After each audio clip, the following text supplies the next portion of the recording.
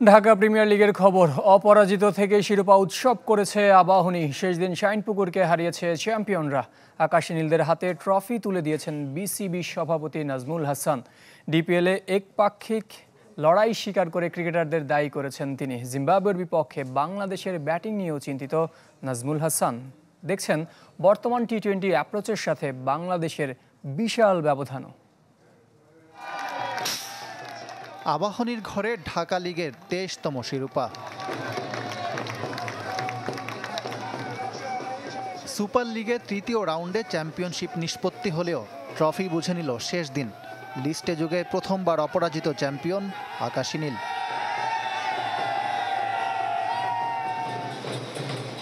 এনামুল বিজয়ের সেঞ্চুরিতে টানা 16 জয়। শাইনপুকুরকে হারিয়েছে 4 উইকেটে। এদিন উৎসব মুখর হোম অফ ক্রিকেট। আবাহনীর শিরোপা উদযাপন ঘিরে সব আয়োজন। আনবিটেন লিস্টে ক্রিকেট যখন থেকে শুরু হয়েছে এরপর থেকে এবারই প্রথম যে আমরা আনবিটেন চ্যাম্পিয়ন হলাম, সো এটা একটা দারুণ অনুভূতি আমার কাছে। ঢাকা লিগের শিরোপা যেন ডাল ভাত বানিয়ে ফেলেছে আবাহনী। একপাক্ষিক লড়াই আর প্রতিদ্বন্দ্বিতার অভাব স্বীকার করছেন বিসিবি সভাপতিও। এই জন্য দায়ী করছেন ক্রিকেটারদের। পুলটাই হচ্ছে সবচেয়ে আমাদের জন্য ভালো, বাট প্লেয়াররা চায় না। কি বলবো, ওরা তো দাবিই ছিল ওদের একটা, যে এই পুল প্রথা ওরা চায় না। শুধু তাই নয়, প্রতিবারের মতো এবারও পারিশ্রমিক নিয়ে প্রশ্ন।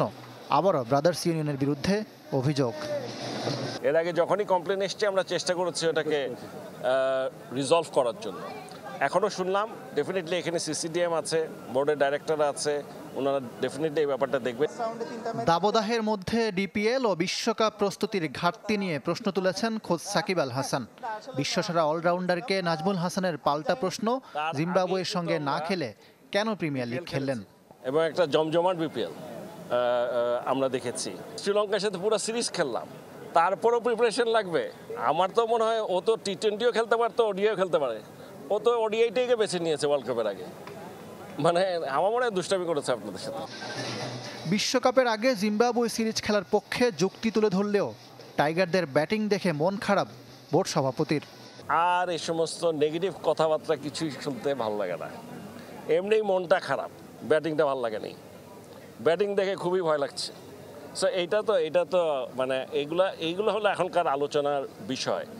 মন খারাপের আরও বড় কারণ আইপিএল ধামাকা। টি-20তে কোথায় দাঁড়িয়ে বাংলাদেশ? আর এইবারের আইপিএল দেখে মানে কিছু বুঝতে পারছি না, এটা কি হচ্ছে নাকি। ওরা যেভাবে খেলছে এই খেলার সাথে একটা বিরাট গ্যাপ। ইকরাম হুসাইন, চ্যানেল 24, ঢাকা।